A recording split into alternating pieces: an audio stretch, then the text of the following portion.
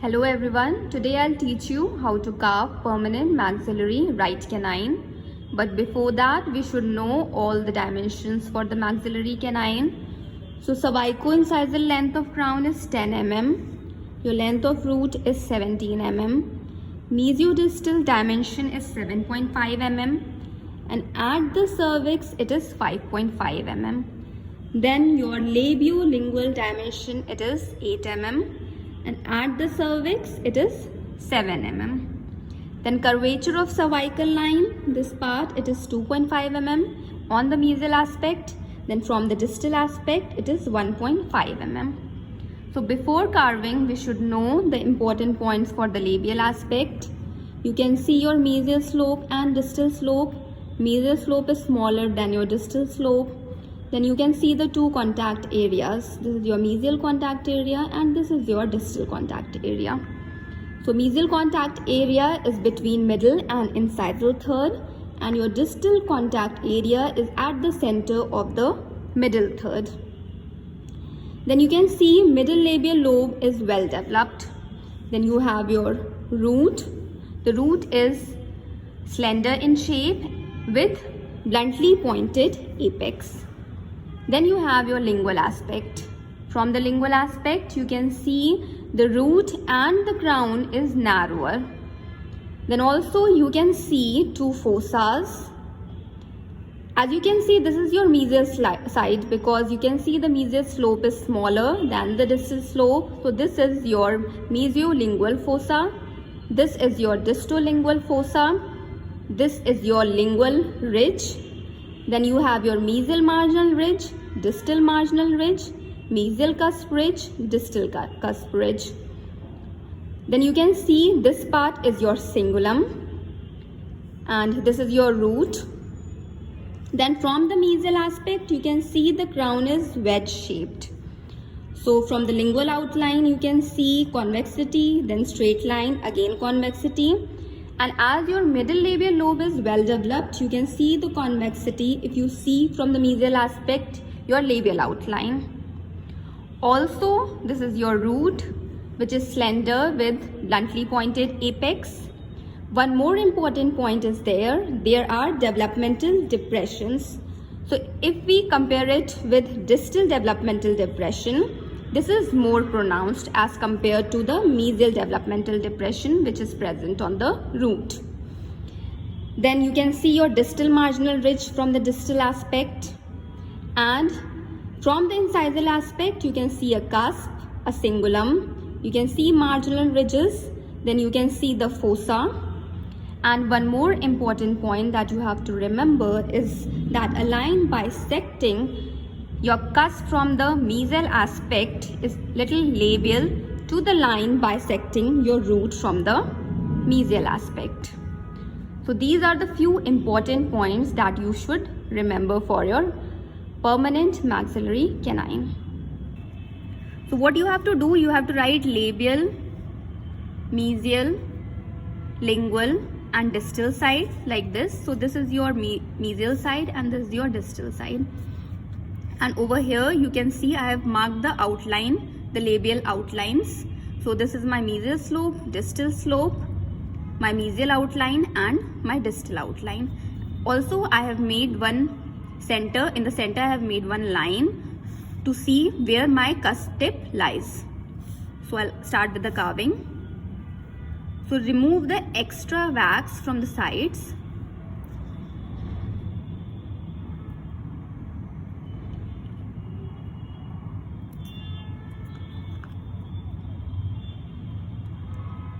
You have to just follow the outlines.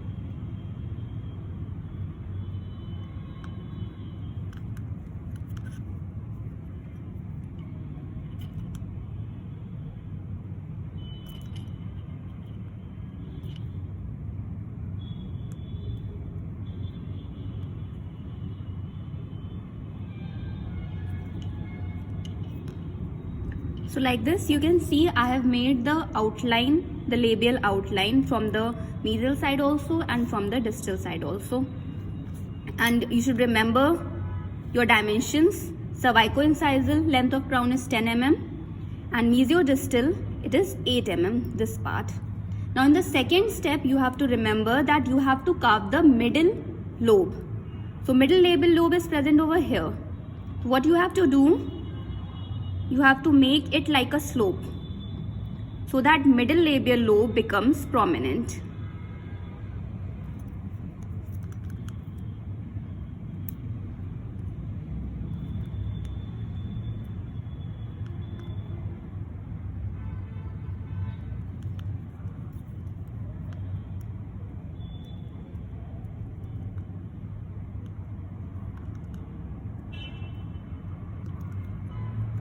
So as you can see over here, the middle labial lobe is becoming prominent, and also you have to remember that if you turn the tooth from the mesial aspect, you have to make it like a convexity. So you will carve over here to make it a little bit convex.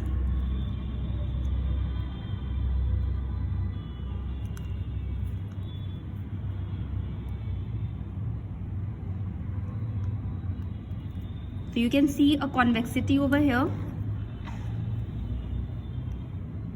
So side by side we are carving the mesial aspect also. Like this, you can see the convexity. So this convexity is of the middle labial lobe. Then we will carve our mesial aspect. In the mesial aspect, as you know, the crown is wedge shape. So we have our cingulum over here on the lingual side. So we will draw the outline.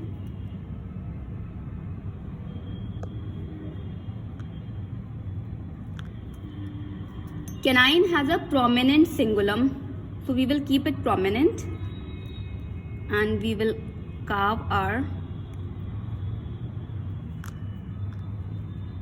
outline from the mesial aspect. I'll show you the carving also. Like this, we have to make our mesial aspect. We have our canine and this is, the whole crown is wedge shape.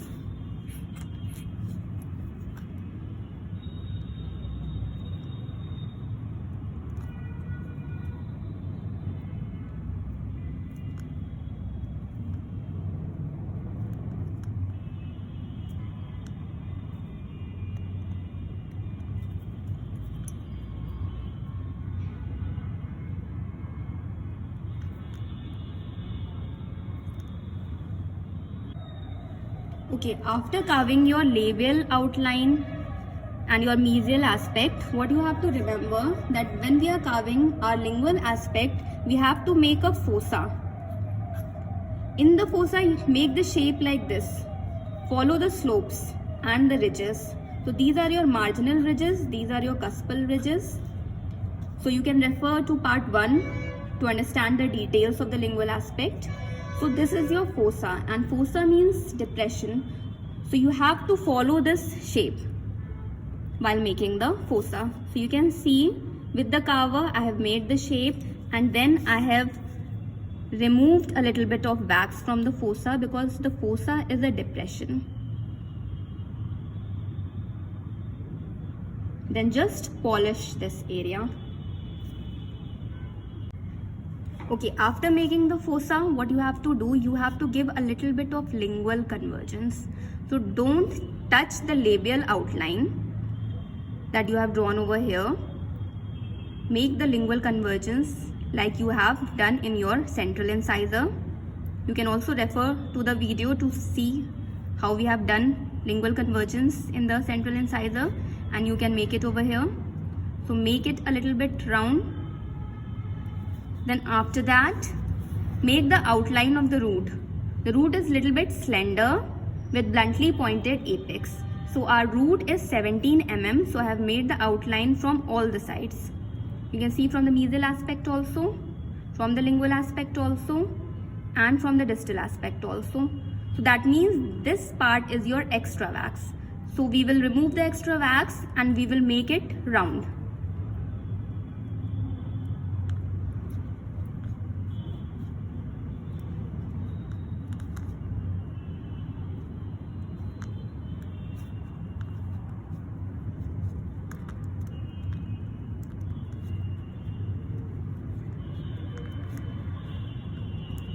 both your root and crown are little bit narrower from the lingual side, so we will make this part little bit narrow.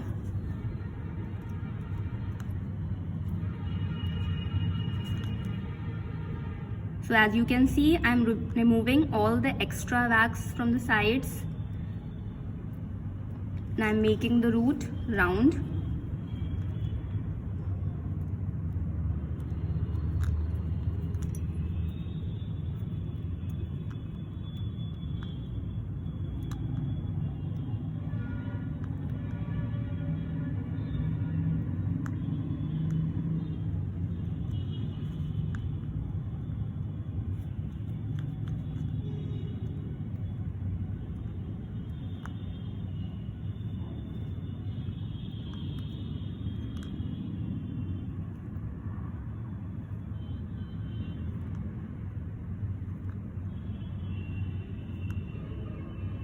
As you can see, I'm removing all the extra wax and making the root a little bit bluntly pointed.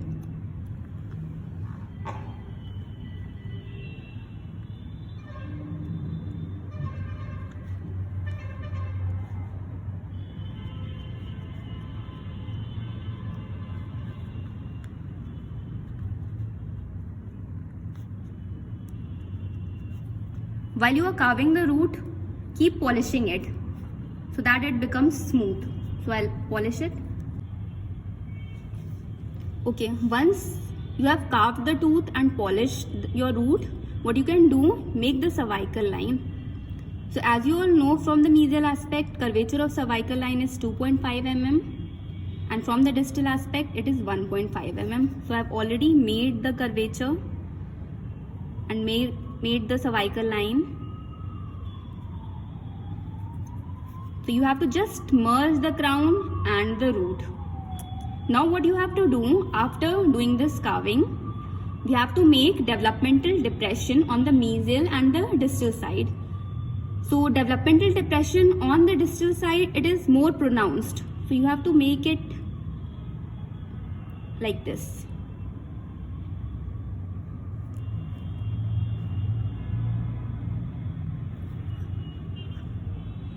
As you can see over here, I have made it on the distal side, and turn the tooth and make it on the mesial side also.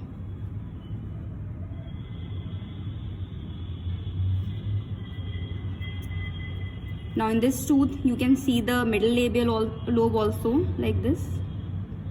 It is developed. You can see mesial slope smaller than distal. You can also see your cingulum, which is very prominent. You can see your developmental depressions also. Now in this tooth, as you can see your fossa, you can see the fossa, it is like a depression. Yeah, like this you can see your fossa, and it is following the shape of your ridges. So finally, your maxillary canine, it looks like this. Thank you.